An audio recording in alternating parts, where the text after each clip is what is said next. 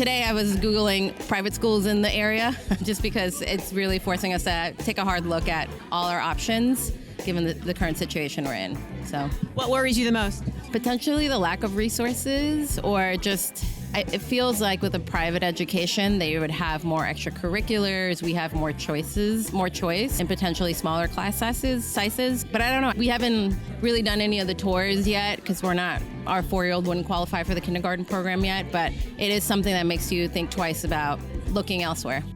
Welcome back to the Montclair Pod, everybody. I'm Farnoosh. And I'm Mike. And that clip you heard at the top of the show was from a parent that Farnoosh met at a pre-K info session at the main library on Saturday. And not surprisingly, the current situation with the schools has some really rethinking their plans. They're not sure if they'll send their kids to public schools. That's right. And I also spoke to a few people who work in pre-K admissions around town. And they were sharing what they're hearing from parents, many of whom are new to the district, have pre-K school-age kids, and are really mindful of the cost of pre-K, especially in light of the Mini Mounties program, which is the free lottery pre-K here in Montclair. The whole idea of a school lottery is so weird to me. It's like, come on down. Come on down. You've won a pre-K education. Well, that's what it was like in New York City once you got past a certain grade. I think we're heading into middle school. That's kind of like why we left, because we didn't want to deal with lotteries. But just the idea that you've got to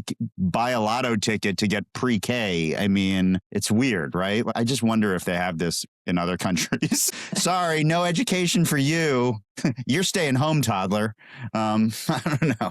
Who knows? I mean, I think this whole idea of universal pre-K is still catching momentum. New York City was one of the first places, I think, to offer it. And now it's nice to know that we're following suit. I know it's a lottery and it's not great, but it's something, it's out there now. Sure. Well, we'll share more of that pre-K conversation a bit later in the show. And we'll also share our conversation with someone who's doing the unthinkable, actually opening a new school in the state of New Jersey. That's right. Anand Sanwal. He's an entrepreneur and New Jersey native who founded a successful tech company and then made a big pivot. Yeah, he's starting a new school. It's a private school called Forge Prep, and you might have seen some ads for it on Instagram or Facebook. And he's going to tell us about his journey, why he's doing it, the problems he sees with current school systems, and what his new school just down the road in Livingston is going to look like. And we've got so much other important stuff to cover today, like ICE coming to town and Governor Mikey Sherrill's shot across the bow on The Daily Show last week, snow removal, and the loss of a beloved barbecue restaurant, Pineapple Express, which actually had a liquor license and still had to shutter. Yeah, but thankfully, we've got a barbecue alternative for you, all teed up in the form of a new sponsor and a special Super Bowl deal that expires tonight. So be sure to listen for that offer. We'll be sharing it later in the show. And speaking of sponsors, guess who's back? Back again. Karen Diana is back. Anyway, she is back. Karen Diana is back for another installment of Ask Our Agent. Today, it's all about the spring market and what buyers can expect. But before that, let's talk about Slushygate. Farnoosh, this is the kind of hard-hitting journalism people come to the pod for. And it's only beginning. Yeah, we cover deficits, referendums, taxes, special elections. It's all important, but Slushygate has hit the community hard. So many questions like, why? How? Really? I mean, seriously? These are the questions, mainly rhetorical, that we're hearing. Yes, these are the very real expressions of what the hell from residents. And I've got some questions of my own, like, how do they taste? Unfortunately, every time I show up at the high school unannounced and demand access to the slushie machine, I'm turned away. It's just not right. It's government overreach as far as I'm concerned. Indeed. Well, thankfully, a teacher in East Orange who has the same food service provider as us, along with those slushie machines, has the scoop. She's tasted the options. This is from Stephanie Cook's TikTok.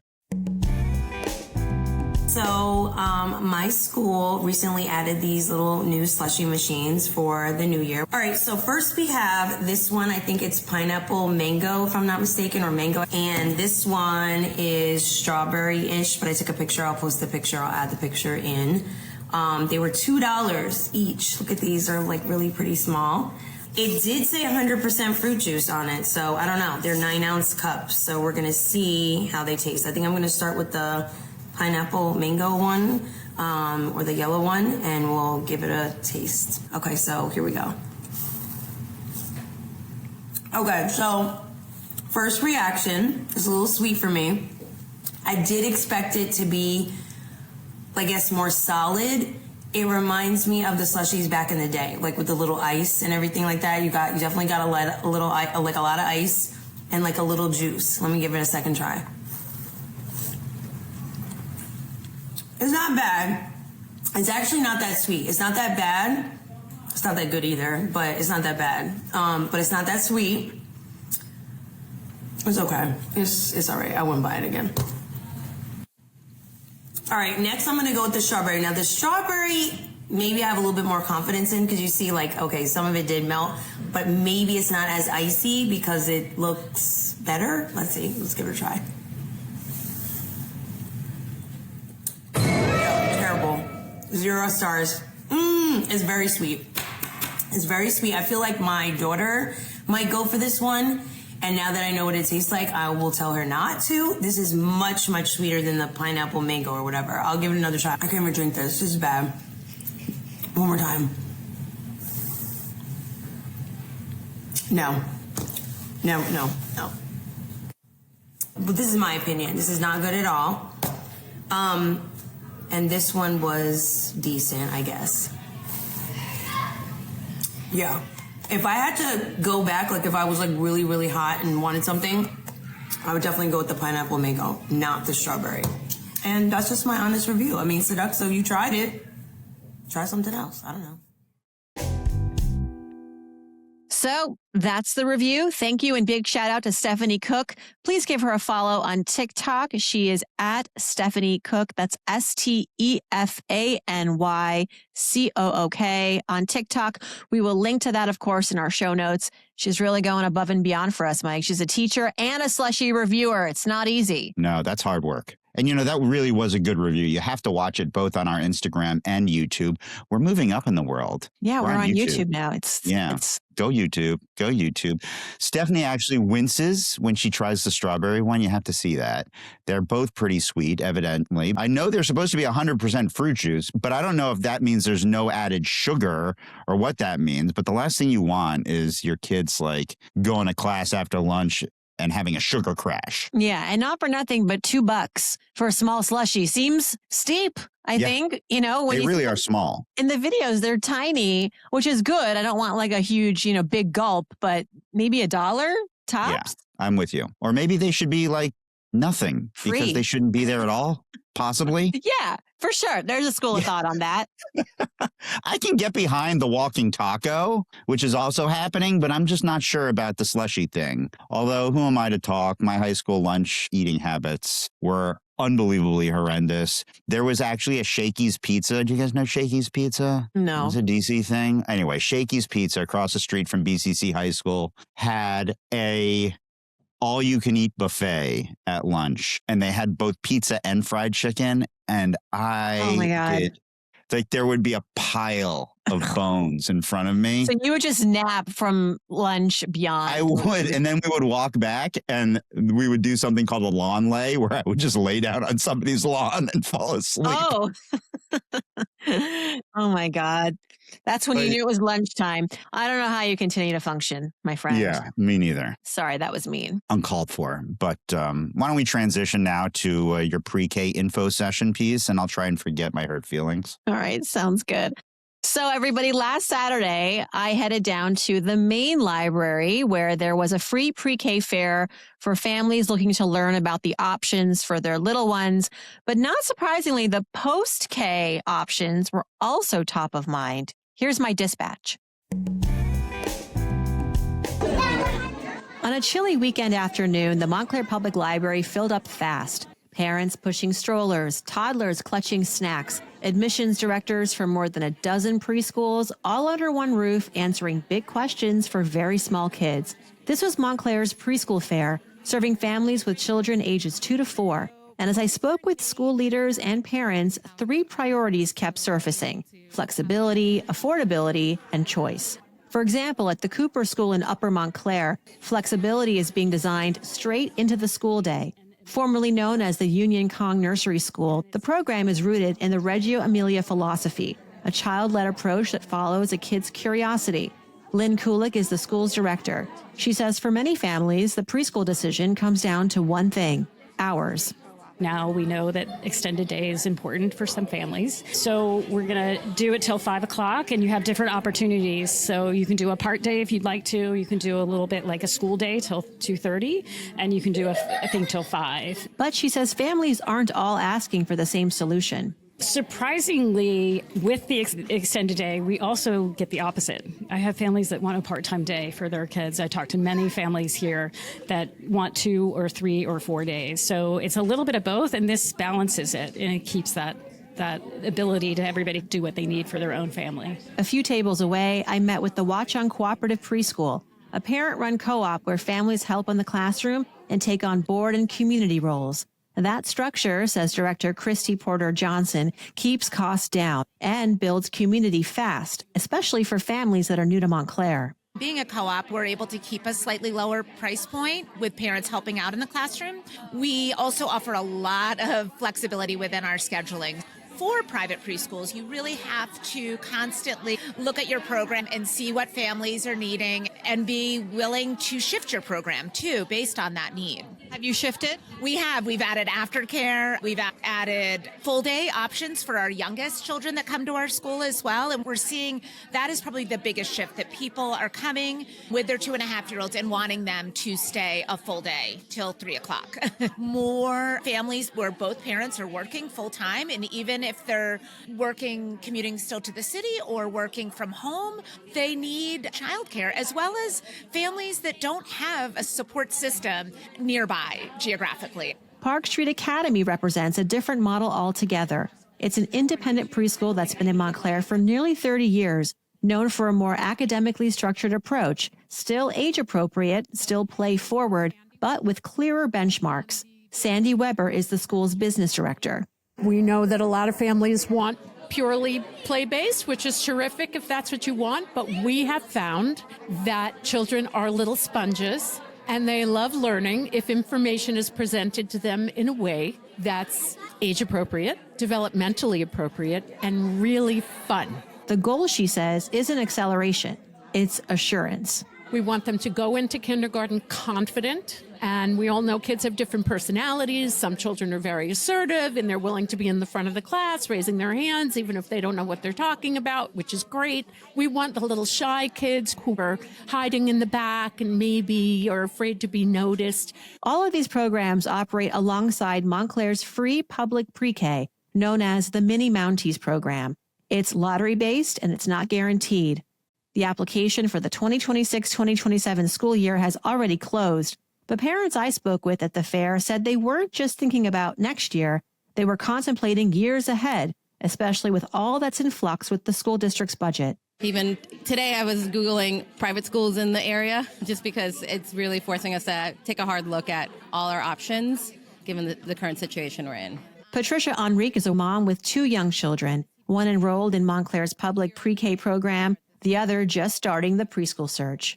What worries you the most? Potentially the lack of resources, or just, it feels like with a private education, they would have more extracurriculars, we have more choice, and potentially smaller class sizes. But I don't know, we haven't really done any of the tours yet because our 4-year-old wouldn't qualify for the kindergarten program yet, but it is something that makes you think twice about looking elsewhere. Another parent at the fair, Dinora Ramirez, moved to Montclair specifically for the public schools, but she says the district's current fiscal crisis has been hard to reconcile with the cost of living here. It's just too bad. We pay some really high taxes, and then, we have to go to a private school. That doesn't make sense. And that was my trip to the library over the weekend. You can watch this all on our YouTube as well. Did we mention we're on YouTube? Yeah, like 4 minutes ago you said that. Yeah, I'm not sorry. So people were really considering pivoting to private for elementary school. Well, look, it wasn't a scientific study. I only spoke with a few families, but it felt like an echo. And then over the weekend, we asked our followers on Instagram to let us know if they're reconsidering Montclair Public Schools. And it stirred up quite a few responses, some healthy debate. We requested only thoughtful comments because, Mike, not everyone thinks before they drop a comment on our social media. No. I feel like there's something you want to get off your chest, actually. Well, somebody privately DM'd us to criticize that asking the community if anyone was interested in pivoting to private school was, quote, woefully out of touch as it's not an option for most families, end quote. Yeah, that's kind of silly, in my opinion. The point of the question wasn't to appeal to the masses necessarily, or to assume that everybody was going to be thinking about this, but like, it would be interesting to know how many people potentially are thinking about pivoting, because it does have ripple effects for everybody who's not thinking about pivoting. Yeah, like a drop in enrollment in our public schools means potentially less funding from the state, for one. And you better believe the superintendent and the BOE are looking at these statistics. Absolutely, because our fixed costs don't go away. So this could really hurt the structural deficit even more, potentially. Yeah. And if these resource families start to give up on the public schools, I don't need to tell you how that's going to affect like PTA fundraising, to say the least. Yeah. So yeah, our question wasn't about spotlighting affluence. It was about what happens when the affluent pivot. And what we learned, at least from our discussion online, is some interesting stuff, both anecdotal and some data. For example, Acton Academy told us they've seen an increase in interest from Montclair families this year. That school, by the way, is a nonprofit. It's based in Verona. Tuition is a fraction of what neighboring private schools cost. We were told it's about $11,830 per child for the 2026-2027 academic year. And according to their stats, they've seen a 275% increase in calls from Montclair families compared to January of 2025. That's almost triple. And then one person on our feed said that, yep, we are currently renting here in Montclair and we're hoping to buy, but might look outside of the town now. Another person said, we are definitely looking into other options. It seems the district has failed children of color for decades, which is something that we have reported on as well. Well, this is a good transition to bring on our featured guest, Anand Sanwal. He's a longtime tech founder who spent 15 years running CB Insights, a company that tracks how industries change. And then he made a pretty wild pivot. He stepped away from the CEO seat, trained as a Montessori adolescent teacher, and decided to build the kind of school he wishes existed today. It's called Forge Prep. You may have seen ads for it on Facebook. It opens later in the fall. Yeah, Sanwal's big premise is that almost everything in the world has modernized except school. He's a dad of 2 kids, ages 10 and 16, and he's heard this frustration echoed again and again from hundreds of families, not just in Montclair, but in all places, that school often feels irrelevant, unpersonalized, and slow to adapt to what kids actually need. We first fell upon Sanwal's work towards the end of last year when we discovered a thought-provoking piece he'd written about the Montclair school's deficit, the school erosion cycle, as he called it, and he referenced our reporting many times. And so basically, this is a conversation where we get into our current school crisis, but also a bigger question. If we were designing education for 2040, what would happen? Take a listen. I grew up in New Jersey. I went to school in Hunterdon County, went to public school there. Go Red Devils, Hunterdon Central Regional High School. It was a great school. Like, I had a great time, made a lot of friends, did all the things you do in high school. What I noticed over time, though, is that what works in one era doesn't always continue to work, right? And so schools still have sort of an industrial mindset, right? It is mostly information transmission via lecture, right? And so what you end up with is a sage on the stage, teacher up front, transmitting information. Students sort of do this sort of cosplaying thing of we're actually paying attention and learning, and then they retransmit that information back on a test and then sort of summarily forget it 20 minutes later, or even maybe 5 minutes later. And then, that circle of life continues. But it just doesn't work. I'm not sure it ever worked, but now it increasingly doesn't work. And so when I talk to parents, I saw this in my own daughter. Sometimes when you see things like this, you wonder oh, am I a bad parent?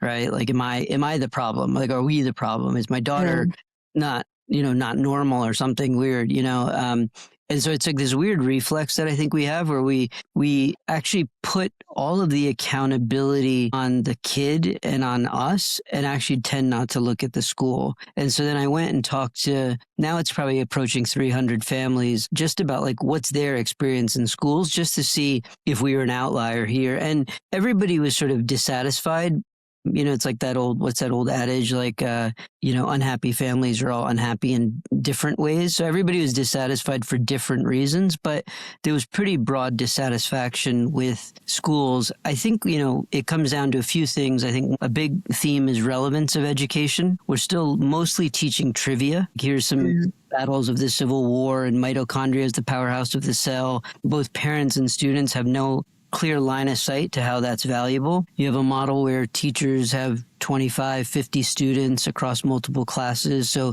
it's not personalized at all. So you're moving with the herd. That herd piece means that comes at the cost of rigor at times, especially for kids who are doing really well. They kind of can't go as fast as they'd like to because the school says you have to move this way. I think what ends up happening is the middle, let's call it 75%, is maybe okay served. The kids who are struggling at the bottom really get left behind, and the kids at the top get bored. And then there was I think some folks who just felt like public schools especially, there was a values mismatch.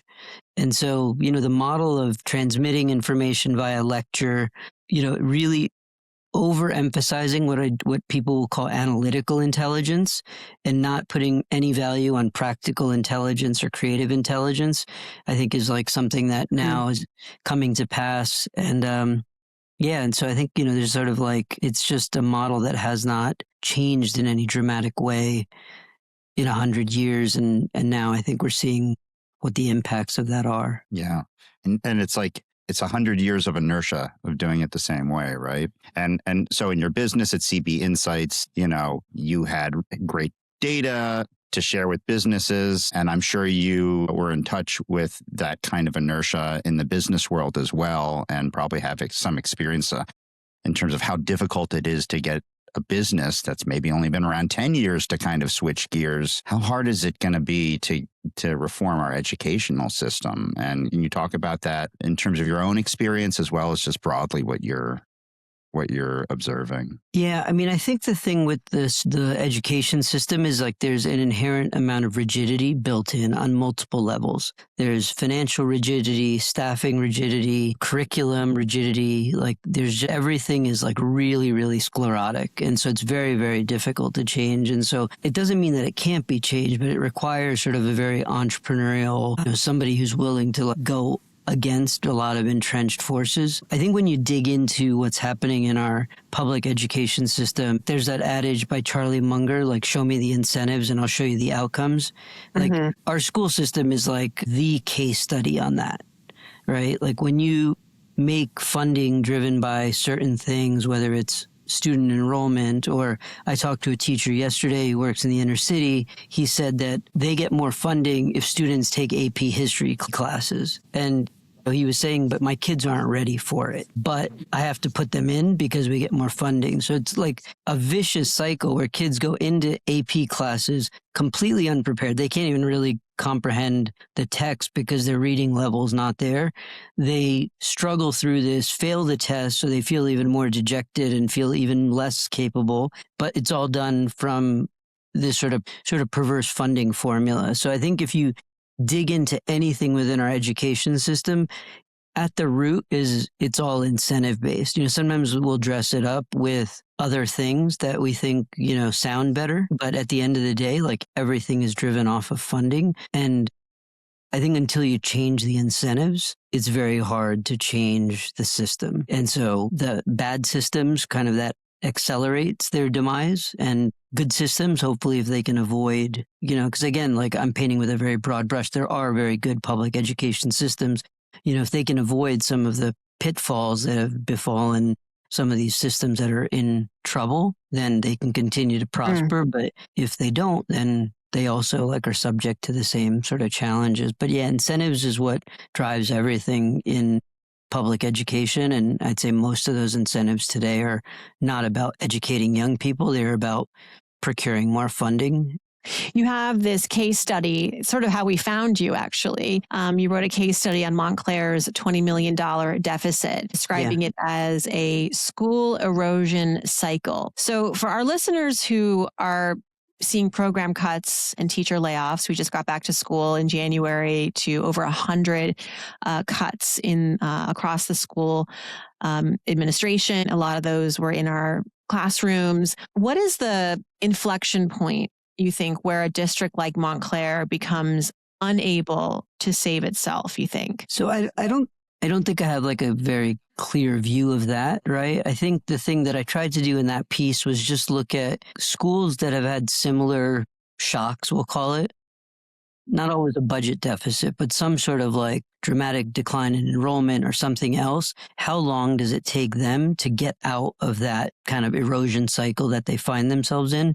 And so I'll describe the cycle, right? The cycle is there is some initial shock. What that leads to is a funding collapse, right? And the funding collapse usually is like, enrollment declines, funding declines. Then what you have in schools is like the costs don't decline commensurate with the funding decline, right? Because the costs are very fixed. You have buildings, you have bus routes, you have administrators, you have staff that are the high-paying staff, it's hard to change them. And then what ends up happening is cuts that you just highlighted happen sort of non-surgically, right? What you'd expect is you'd go in and look at your best teachers and keeping them, and you'd look at your lowest performing teachers and cutting them and whatnot, but that doesn't happen. And then ultimately what ends up happening is you cut things that parents value and students value, but they tend to be, the gifted and talented programs, your special ed programs, your athletics, your arts, the things that tend to attract people maybe to a school district. And you're left with like a core, which is certainly very important, but all the things that tend to attract people go away. And so when schools have encountered that, in my piece, there's a couple of case studies, it's a decade to 2 decade type of turnaround, right? So with the analysis was really, I think sometimes as parents, we're like hopelessly optimistic that like, oh, well, if this budget thing or this referendum goes through, that will be the magic bullet that saves this. It just doesn't work like that, right? The reality is that even with that, there's still like some structural issues that have to be solved. And one of them in Montclair is enrollment was already dropping before the $20 million referendum. Like you just take a already bad situation and then throw a nuclear bomb on top of it. That cocktail is very dangerous. And so my point with the analysis was just to highlight that there's no single vote that's going to fix this. Like this will require, like I mentioned earlier, like very entrepreneurial, very motivated leadership to fix. That's going to mean some heartache in the near term. And again, just based on the case studies, it's, I think the lowest was 11 years and some of them were up to 20 years. So I can't say when, because I don't know the inner workings of Montclair. But again, like I just have a view that history tends to repeat, and banking on one district being the special one that gets out of this in 18 months when it hasn't been done before seems like I like optimism, but like hope's not really a strategy. And that doesn't seem like a very prudent approach to thinking about what's in store for the district. Yeah. I mean, but I guess I don't want to scare people, in thinking that it's going to become like the dark ages here in Montclair during these 10, 20 years, potentially. This is a very unique town too. We just had many conversations with people that are deeply entrenched in this town, that work in areas of funding, fundraising. We have many talented people in this town. This is a wealthy town, a well-resourced town.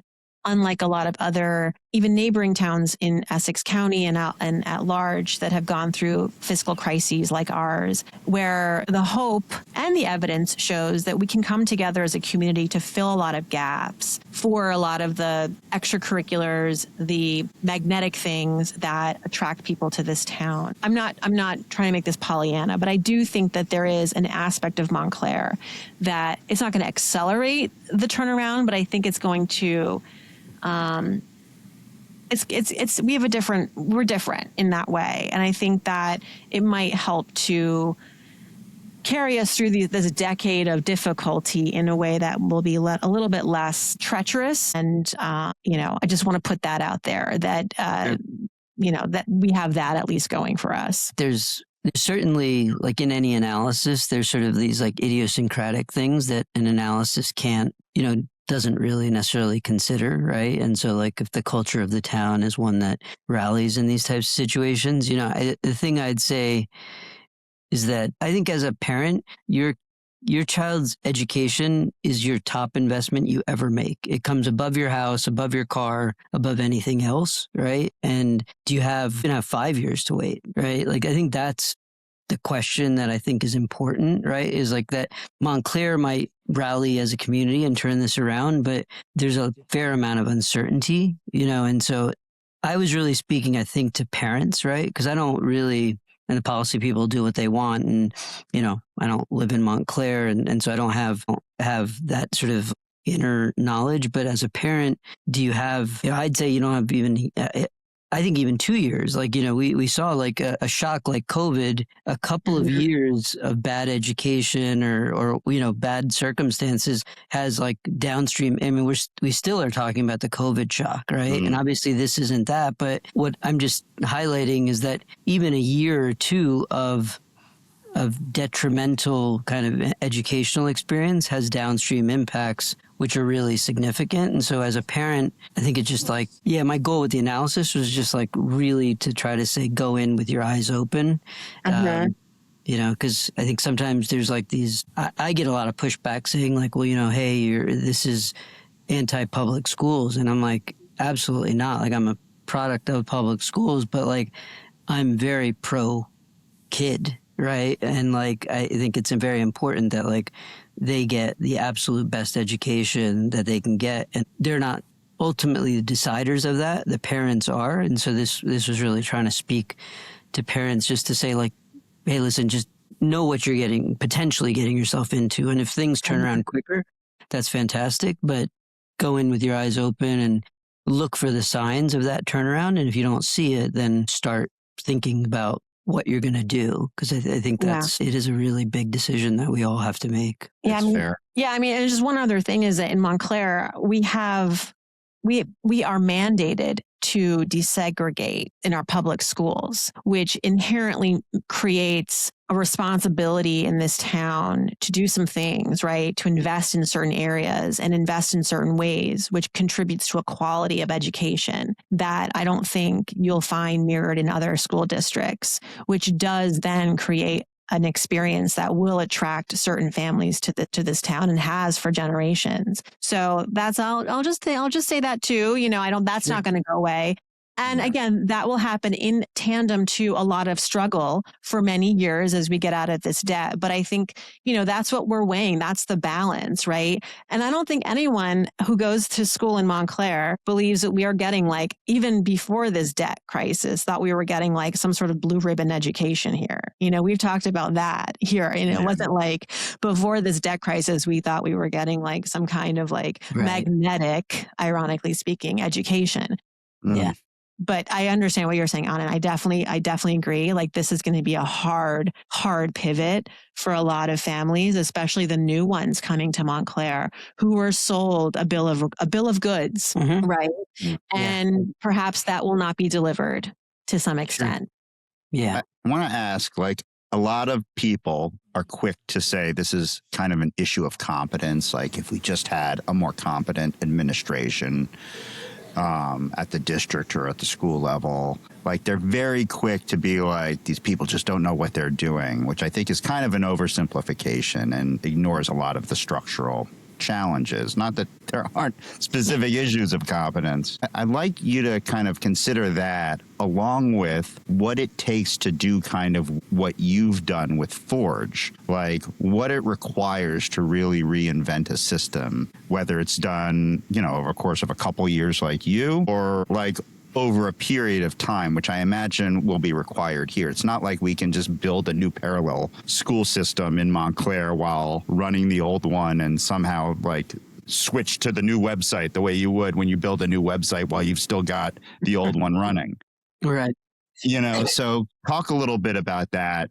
And I think it would be a good opportunity also to explain what Forge is and how it is different. Yeah, sure. So on the mismanagement side, like, again, without, I've only heard, I think is it Miss Turner, Ruth Turner? Is that right? Yeah. I think I heard her on your podcast, right? I think that's how we got introduced, right? And so a lot of my analysis actually references your pod. So I mean, I don't really have a view there. I mean, I think she inherited shit show. And so, it seems like, she walked into a really bad situation. And so, yeah, I mean, maybe the prior team, like the 20 million in the hole. I think I would give them the grade A on mismanagement, whoever that prior team was. Ms. Turner seems to have, just inherited a disaster in this regard. So I don't, I can't speak to her capabilities and her team's capabilities, but everything I heard from her sounded like practical and balanced and measured, which I think is important. Yeah, I just think but I think you need like really dynamic entrepreneurial leadership here. That's like maybe the best way to say it is like, I think you need to be willing to make enemies. To turn around a school district, like what I talked about in the analysis, is you have to invest in innovation that attracts families. Because like the numeracy, literacy, science, history stuff, like that's just table stakes. So you have to do that. You should do that well. But what do parents care about today? And there's want to be careful not to just do the hot thing in the moment. But like obviously like preparation for the future is like a hot button topic now. So, whether that's AI and STEM or whatever it is, I don't want to be too prescriptive there, but investing in innovation is important. But in order to do that, you have to free up dollars. You have to free up the right people to get there. And sometimes there are these like sort of congealed kind of like, things that make that difficult, right? Like whether it's collective bargaining agreements or otherwise. So like, yeah, I think somebody, and probably Ms. Turner, like going up against that is important. And like that may not be everybody's cup of tea, right? Like that is a battle that you're going to have to fight, and it's going to be long and then it could get messy. In terms of like what a new school should look like, right? I think you have to focus on three things, right? You have to focus on what is the relationship between the student and the teacher. We call them guides. I think second, you have to focus on how knowledge gets created within a student and how it gets developed within a student. And then I think the third is like, what does the structure of a school look like, right? And so, I'd say if I were to contrast what I'll call old school versus new school, in the old school, on the teacher side, you have this sort of revolving door of teachers, right? Every year you get a new set of teachers. They have to manage lots of students. I think the right model is a guide who actually stays with you for multiple years and who acts more like your coach than like a knowledge more than like a trivia knowledge transmitter. Right. And so you set goals around where you believe students, what skills they need to develop, and you have a guide who is working with them on a more personalized basis and helping them achieve. So, if a student is really having difficulty with mathematical reasoning and another student is having difficulty with public speaking, they're thinking about that and helping them advance against those objectives, right? And so our model is much more personalized. One of the other things we do is we just pay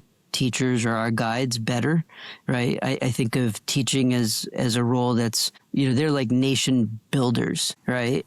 But we don't pay teachers like nation builders, right? We pay them sort of like baristas. So we pay, starting at six figures and going up. So one, you bring in better people, and then two, you give them an opportunity to coach and motivate and lead young people versus just like, hey, let's get through pages 1 to 100 of a textbook and then pass them off to next year. I think the big one is, I think the factory model is we teach subjects, the bell rings, you go to the next subject. It's kind of like, you work on an assembly line. Like that's really what we've trained kids for. Like knowledge actually happens when these subjects collide, right? Like the analogy I like to use is if you asked a traditional school to teach a kid how to ride a bike, they'd like set up a rubric around how to pedal. And then they'd set up a separate rubric around like how to steer. And then they'd have a separate rubric around like what tire pressure needs to look like. And like nobody would actually learn how to ride a bike, right? Like the way you learn to ride a bike is you go mash together a bunch of different things and you go ride a bike. So at Forge, like we don't have subjects. Like everything is, we call it a challenge. It's like project based. So it might be, we're going to learn civics by trying to get a law passed in Montclair. And by doing that, we're going to learn how government actually works. We're going to see how the government system collides with the economic system, collides with the environmental system. We'll probably lose, where it probably won't be successful, but we'll learn a lot from that. We'll learn biology by building a public health campaign. We will learn math as a result, because we'll learn how the flu grows or how heart disease progresses. We'll learn persuasion through writing that campaign. So everything is project-based, and then behind the scenes, it all maps to the New Jersey learning standards, which honestly, if you saw, they're hopelessly unambitious anyways. So it's like not very hard to hit the New Jersey learning standards and actually be years ahead. And then the third is like the structure, right? So by getting rid of periods, you basically gain 25% of your day back, because kids transition 8 minutes a day. Teacher has to take attendance. They then have to settle the kids down. You lose like 15 minutes or, every hour in some sense. So you get all that time back. We start later in the day because biology would say that adolescents need more sleep. We're focused on 5th to 12th grade, and then we don't have summer break. So everything that, again, like we're very evidence-based. Like the weird thing about education is we know what works, we just don't do it. Right. And so the camp lobbyists are going to be right after you, Anand. The camp. Yeah, I know. Yeah. The summer camp lobby is not happy with us for sure. But yeah, you get 20 to 25% of knowledge gets lost over the summer, or parents have to spend a lot of money on enrichment programs and the like. So we've gotten rid of that. It adds about 5 extra weeks of school. So it's not like dramatically different, but it does with smaller breaks throughout. So I think, when you look at the experience of the day, who you work with, how you do your work, and the structure, what ends up happening is we think every 3 to 4 years, we essentially get an extra year of time. And so you can be, and that means you can go get internships, you can go build a startup, you could go, if you're in 8th grade and you love history, go take AP history in 8th grade. Like you can go speedrun academics if you want, but it just opens up a lot of flexibility. But it requires that we have no baggage of the old model. So that's kind of like the way, those are some of the main, I'd say, dimensions upon which Forge is. And it starts in 5th grade. Starts in 5th, yeah. So we have a old Catholic school. It was Aquinas Academy in Livingston, New Jersey. So eventually it's a campus that can accommodate 400 students. We're starting with just the middle school, and we'll grow into the high school. And it'll be we're just taking pretty selective group of 30 founding families for next year. We start up. Your culture gets set by your early team. And so we think it's really important to get the right families, the right students on board. We're need blind. We're lucky to be backed by some families that really believe that education needs to change. If you're admitted, if you can pay tuition, great. And if you can't, it's to get admitted. But if you are admitted, irrespective of ability to pay, we'll make sure that you can attend. And then we have plans for some other 5 or 6 other campuses the following year in New Jersey. And then we'll go to there. Texas, California. So this founding class of 5th graders, in 8 years, they go to graduate. What is your hope for them as they graduate? Is it college? Is it they're going to start a business? Yeah. So it's we're starting with 30 that range from 5th to 8th. So it could be any of those years. So we do a few things.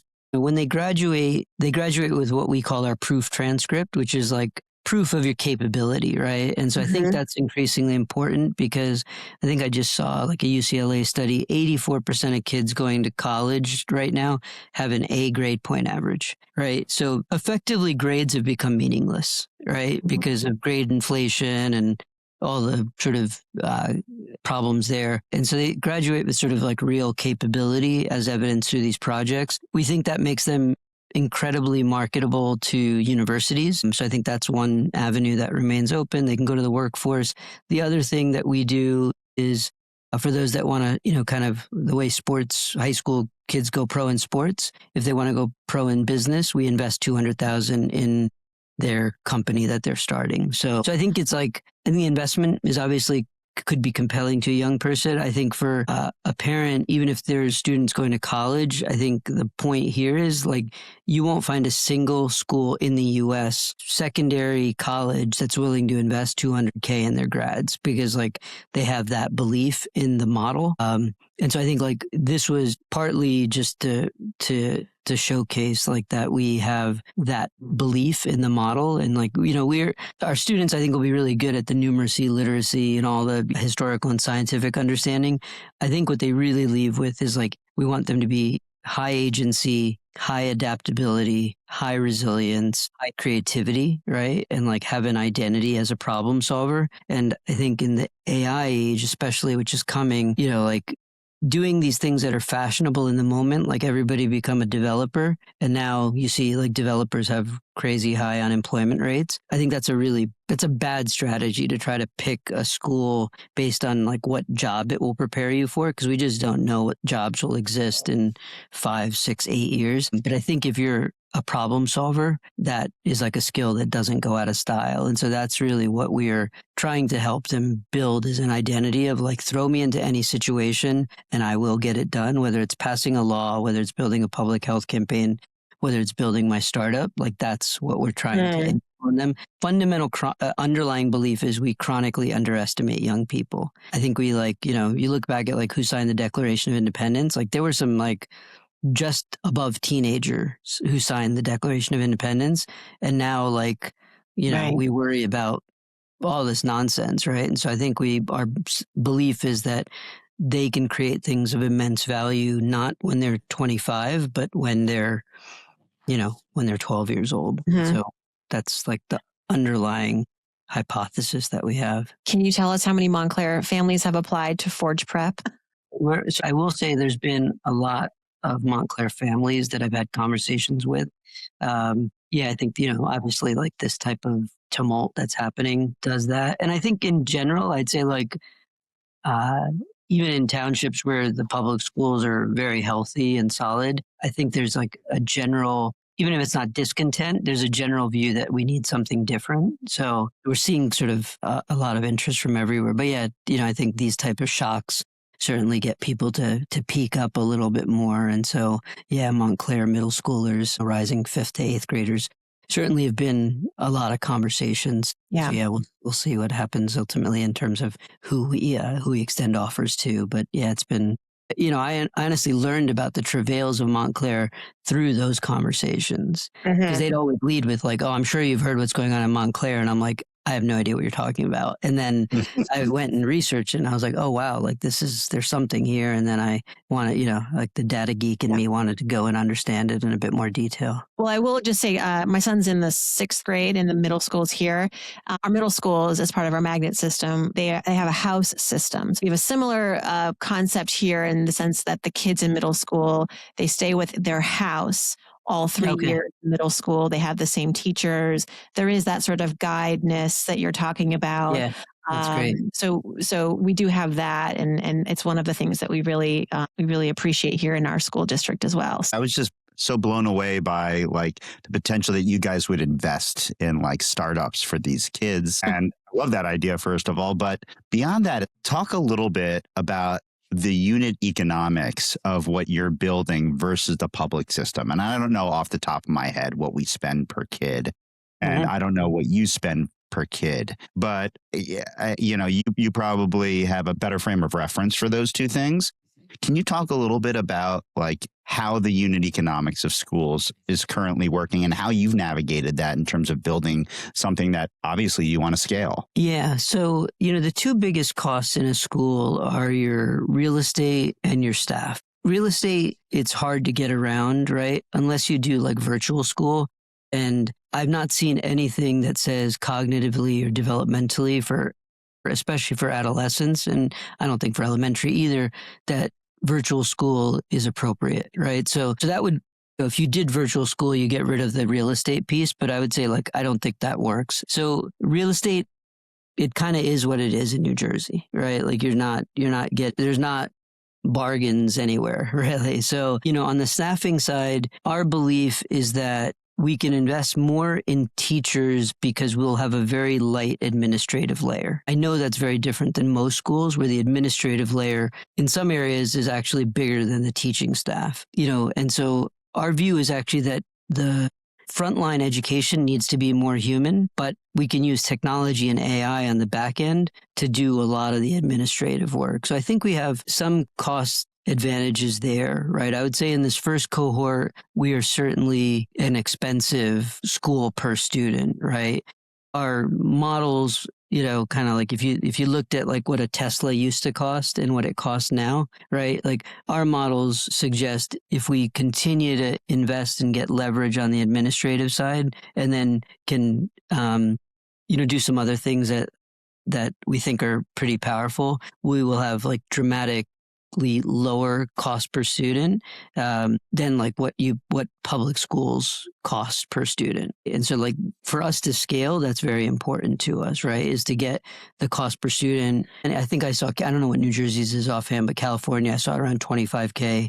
New York is $24K. So I suspect New Jersey's somewhere in that category. Yeah. Like our view is that we can get that dramatically down over time. It won't be on the first school. The first school is the one that like requires maybe the most investment, but we've seen a lot of interest in bringing the model elsewhere. And so we're trying to explore that right now, but only after we get school number one going. But yeah, it really comes down to cost of staff and real estate as like the two things that you try to influence the most. What health insurance plan are you using for your teachers? Because we need to, well, I guess we can't really shop around for ours.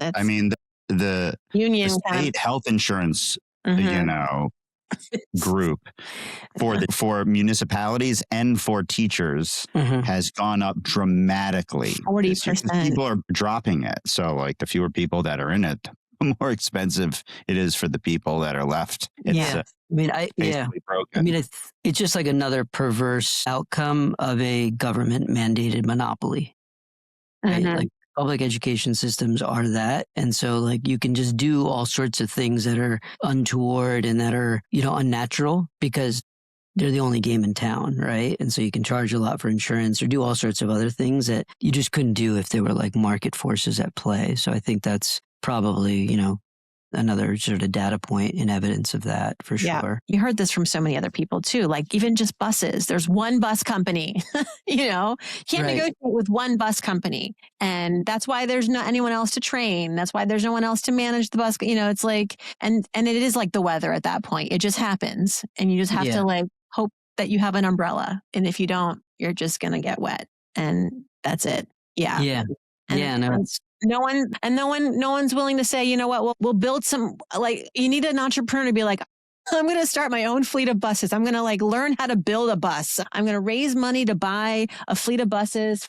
Like it'll take 10 years. Well, I love the fact that you guys are actually discussing this, right? Like I feel like education, I saw some data this morning, 78% of our 12th graders are not proficient in math when they graduate and 65% are not proficient in reading, right? Like what always surprises me is like, why is education not at the same level of discourse as I don't know, climate change, the border, right? Like this is, in 2 generations, if almost 70% of students or 80% can't read and do math, like what does that say for where our country is going to go, right? Like there's...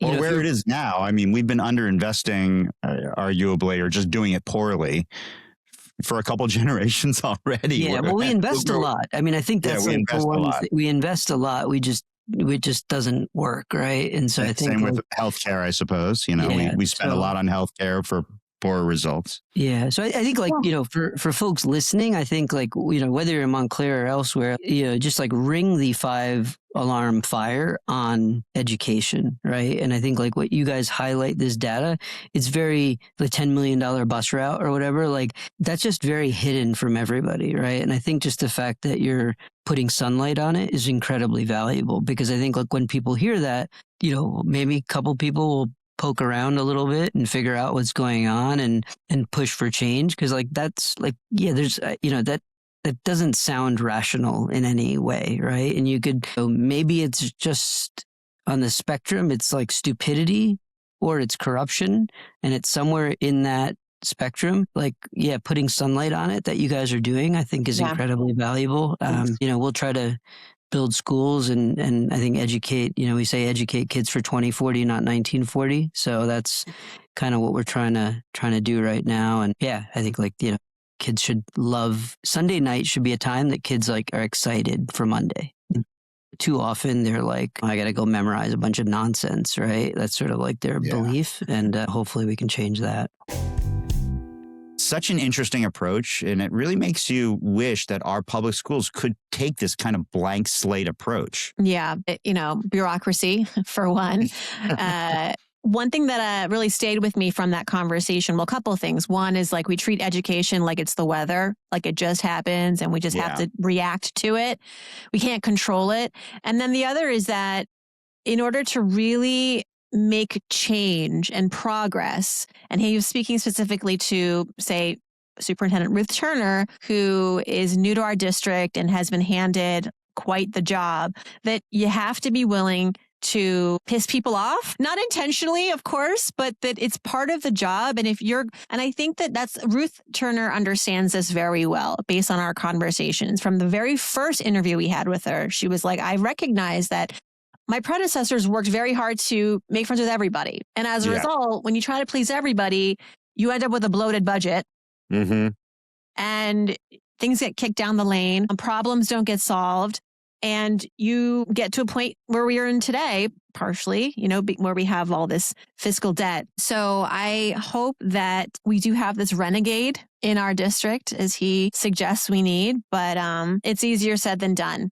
Public schools have all sorts of legal mandates and requirements that private schools don't. But that said, there's a lot that public schools can learn from these types of experiments. Yeah. What do they say? You got to break some eggs to make an omelet. I know it's very cliche, but it does kind of work in this situation. Maybe they should have omelets for lunch. Maybe there should be an omelet station at the school. Sorry, that was a pivot. Actually, that would be so nice. But, it's so hard to finish lunch, I'm hearing from parents. The kids don't have a lot of time to complete, hence the walking tacos, maybe. The idea of having an omelet bar sounds fantastic, but can you imagine? More bacon, please. Yeah, they'll never get out of lunch. I'm not allowed to have bacon at home. Boy. All right. So no surprise, the Super Bowl is this weekend, and it's the unofficial kickoff to the spring housing market in Montclair. And from what we hear, there are going to be some amazing listings coming soon. In fact, we have one featured on our Instagram. Go check it out. And with that, we're excited to bring back our Ask an Agent segment, a sponsored series. And this time we'll be highlighting a variety of agents with deep knowledge of the Montclair market. Kicking us off is our OG of the series, Karen Diana. She's with Compass Montclair, and she's here with some forecasts, trends, and how high she thinks prices might go this season. Take a listen to our conversation. Karen Diana, welcome back to the Montclair Pod. It's so great to see you, Farnoosh. How are you? I'm doing well, and we're so grateful for your partnership. As we kick off this series, and given the timing, we're recording this on Groundhog Day, February 2nd, and then this weekend is the Super Bowl. I understand Super Bowl is like the unofficial kickoff to the spring housing market. Tell us what you're seeing right now. Right. That's been true for a very, very long time. It's been hard to really convince my sellers that spring starts in February. Most sellers are looking forward to when their houses look the best, which is mid to later spring. But in actuality, buyers are ready to start exploring the market as early as the first weekend of February. This year, 2026, I started to see really eager buyers reach out as early as late December, sort of urging me to keep them on their radar because they're ready to go. And buyer activity in January has been stellar, really much higher than I think any of us anticipated. And it's across the board. It's not just what I'm seeing. It's what my colleagues are also experiencing. What are your clients saying as far as why they're choosing Montclair? Are there any new details? And where are they coming from for the most part? I would say half of the buyers that I am actively engaged with right now are already in town. They bought their starter house 10 or less years ago, or they're renting locally and they're ready to actually dig in and make a commitment to the community. And then the other half of my clients are coming in from Brooklyn, Manhattan, Jersey City, Hoboken. I am meeting with a buyer client this year who is relocating from Denver because their adult children are settling into the New York, New Jersey area and they want to be close by. So it's really quite a good range of different scenarios that are bringing buyers into town. And in terms of affordability, this spring versus last spring, are you anticipating the same sorts of offers above ask? Tell us what you're thinking will happen. Okay, so there hasn't been a glut of inventory. It is only February 2nd, but from what I'm seeing, I have been noticing that my colleagues and myself included are pricing things a little bit closer to value than grossly undervalue, which has been historically more of the pattern. However, I do think that houses will sell on average 15 to 20% above the asking price. I think that there's still this trauma, I hate to say it's such a strong word, but of pricing below value really being the best strategy for our sellers and typically what our sellers choose as their pricing strategy. From buyers, do you hear any more questions about schools and what's going on? I'm sure there's a lot of curiosity with that. Yeah.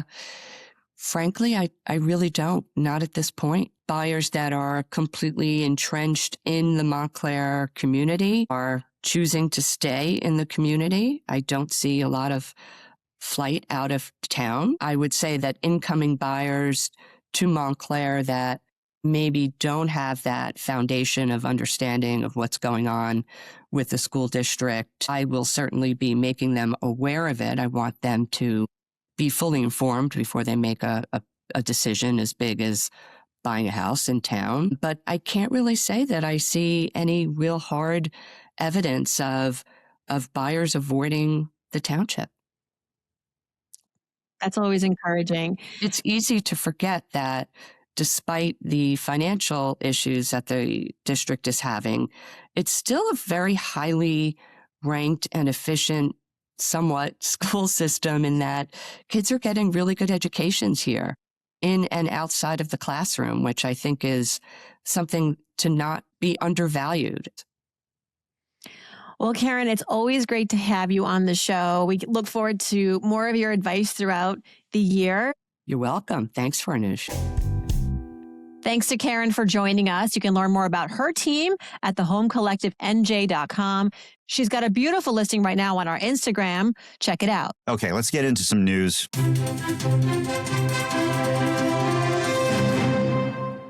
All right, first up, a lot of people in town are concerned by what they're seeing in Minneapolis and many other cities and towns and are concerned about the presence of ICE in Montclair and the area.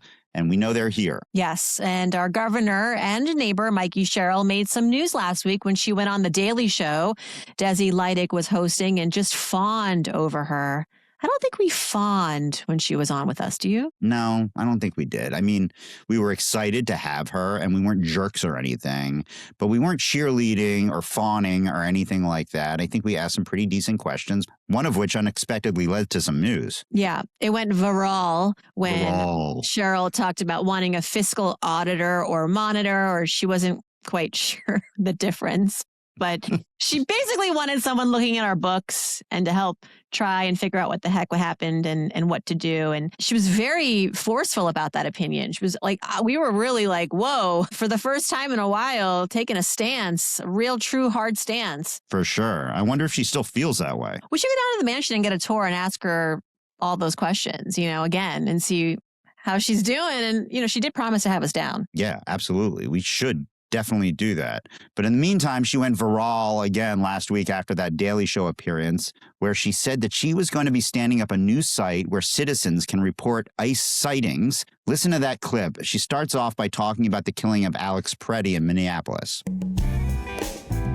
When you watch the video and you see him standing up to protect those women from tear gas, and he gets taken to the ground, sat on basically by 3 agents and then shot point blank execution style by not one evidently, but 2 different ICE officers thought that they could shoot him in the street like that. That is unacceptable. And so you're exactly right. I've already met with AG. We are putting out information on helping New Jerseyans know their rights. We are not going to allow any ICE raids to be staged from state properties. And we are also going to be standing up a portal so people can upload all their cell phone videos and alert people. Like if you see an ICE agent in the street, get your phone out. Yes. We want to know.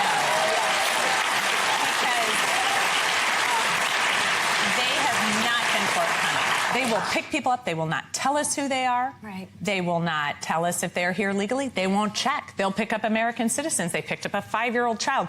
We want documentation, and we are going to make sure we get it. Great.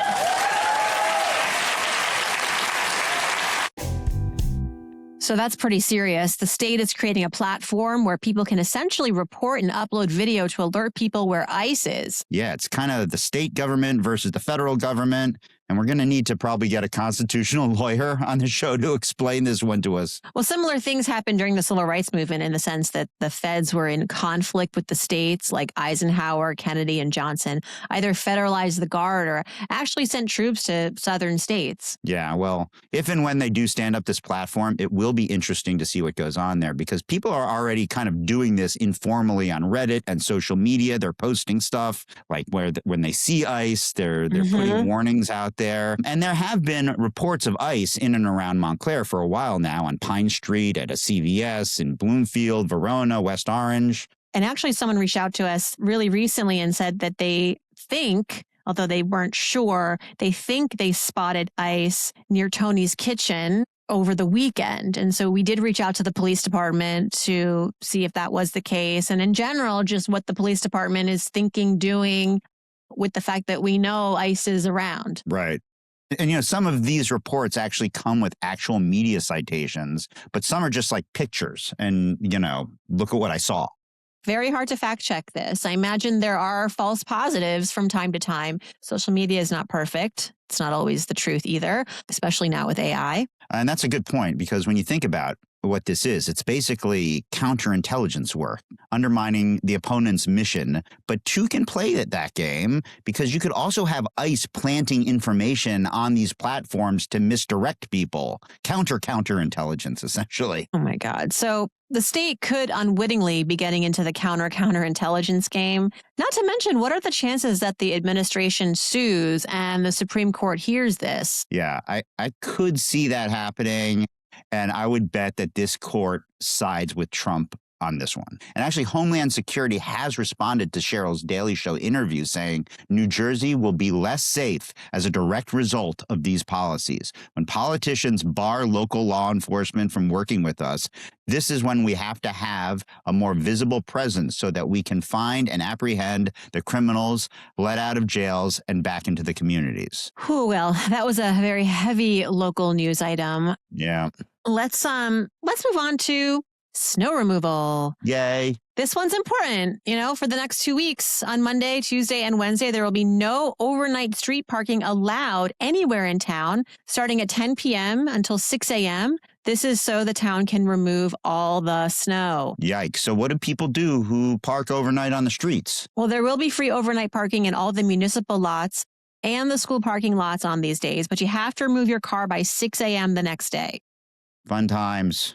This snow situation has been tough. I feel like the last few years, because we haven't had many big snowstorms, it's like people forgot how to shovel, or they just put it off too long, and the plow buries the intersections in ice. And I actually saw 2 guys the other day trying to dig through a wall of ice on the corner of Bellevue and Grove. It was the ice is making it not to be punny. Not that ice. Not that Different ice. ice. We got 2 ices that are problematic right now. Yeah.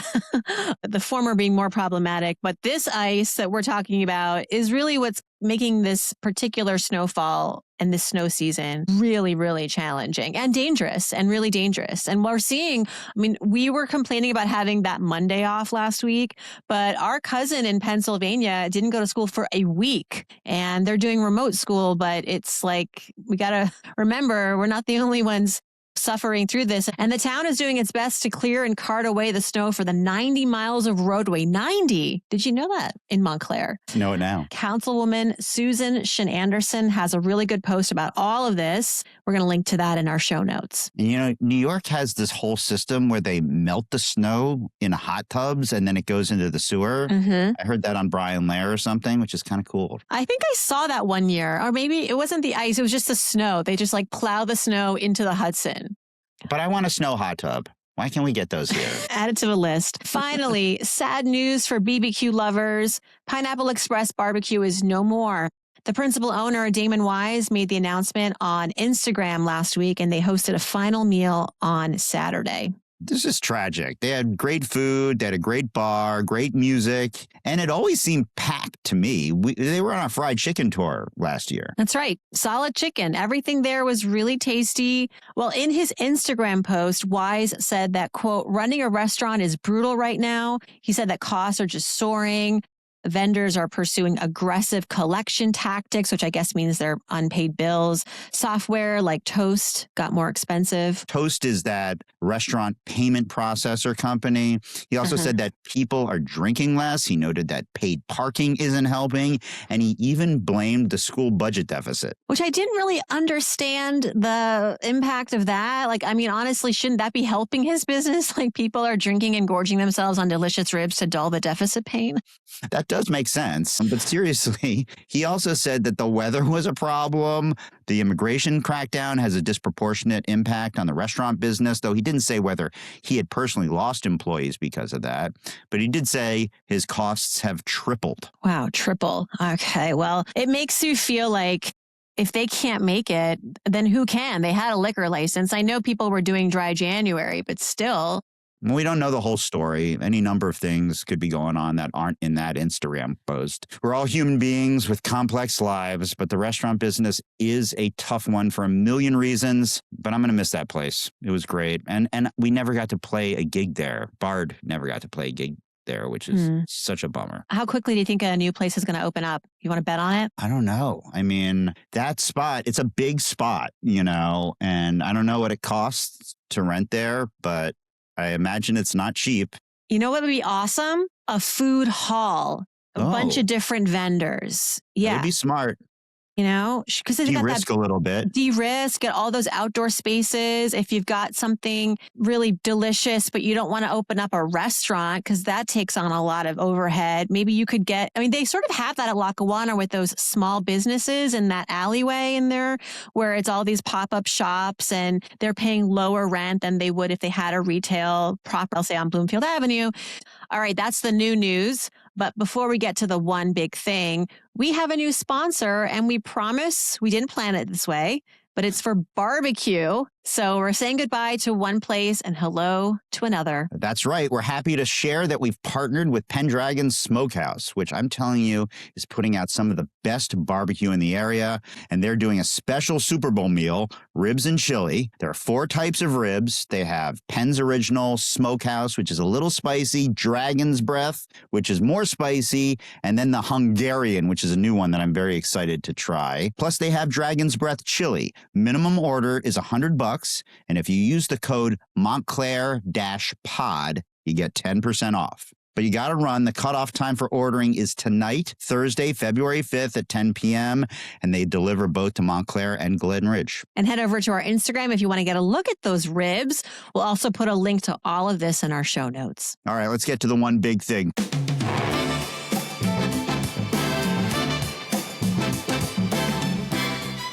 Farnoosh, what are you doing this weekend? Well, you and I are both getting skin evaluations at Skin Splendid as part of Farnoosh and Mike Get Healthy. Yes, we did not forget about this series. We have been hard at work securing some partnerships for this, and we've got some really exciting experiences to share with you. Coming up next is Skin Splendid. You and I are going there, and Nurse Christy, who owns it, is so experienced, and I mean, people are obsessed with Skin Splendid. I've never gotten Botox, but I might for our viewer pleasure. I might for our audience pleasure. You might Botox yourself? I mean, it is my birthday month. Maybe it'll be a birthday gift to myself. I don't know. No judging. You don't need it. Don't judge You've me. got like it's like no lines on your face whatsoever. Well, we'll probably learn all about preventative Botox. Yeah. All right. Listen, I'm just excited to hear what she says about your skin. It'll be. Yeah, she's just going to like, you think she's going to be able to like deal with the pores? You're scared. Like, I can tell. My friends are going to torture me. So after we do this, I'm going to a friend's 50th birthday party in LBI. Oh, you'll be glowing. You'll be glowing. I'll be glowing. Yeah, it'll be great. It'll be great. They're going to be like, hey, Mike, what was your day like? I'll be like, I got a facial and Botox with Farnoosh. It was great. We did it for the people. I'm also hosting a Super Bowl party. It's kind of gotten bigger and bigger over the week. So I will be needing more ribs and I will be calling Pendragons. You've had it before, right? Have you had it yet? I have not. I've only heard the lore. Dude, it is really... So my sister bought me a gift certificate for my birthday from there. And Charlie Holbeck, who's the owner, he's a British guy. My sister lives in England, so she was kind of weirdly proud that it was a Brit that was making these amazing ribs.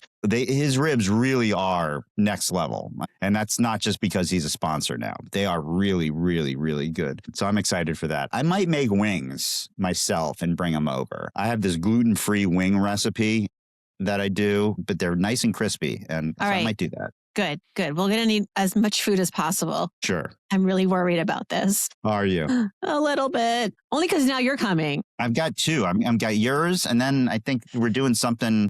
You're Super Bowl hopping. With the FND folks. Nobody knows what FND means. Friday night dinner. Everybody knows. I know what that means. The audience, Montclair, doesn't know what that means. It's funny that you say that because a friend of mine was somewhere and heard some people talking about the podcast. And the people talking were like, he's got some sort of Friday night dinner group that he does.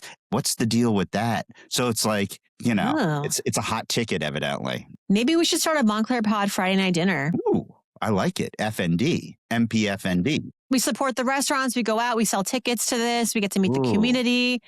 Audience, are you into this? I'm just spitballing here, but I like it. Once a month, there's an FND. Wait, what are you doing this weekend? That's it, right? So we're basically going to be working together all weekend. We're not sick of each other yet, shockingly. That's a good thing. Well, wishing everybody a great Super Bowl weekend. Hope your team wins. I'm rooting for the Patriots because I'm from Massachusetts and that's what I have to do. But I really don't care for football. I like to host and cater, so this is like an excuse for me to. That's all. I love a Super Bowl party because I graze. Mm-hmm. Like I usually don't get a plate. I just like take pieces of food and then walk around with it. Like the walking tacos are actually kind of perfect for me. You know what? You can bring some walking tacos. We'll do a video about it. I feel like I want to start creating different versions of this with different types of chips. Like I want to create a walking taco with Cool Ranch Doritos and like, I don't know, lobster mac and cheese or something. I don't know. Ooh. All right. Thanks for tuning in, everybody. We'll see you in town. See you in town. I like it. Keep going. Shady there? Keep going. Yeah, it's good. Karen's back. Back again. Karen Diana for another installment. Karen's back. Guess who's back? We went there. I'm Karen Diana, the real Karen Diana, all the other Karen Diana.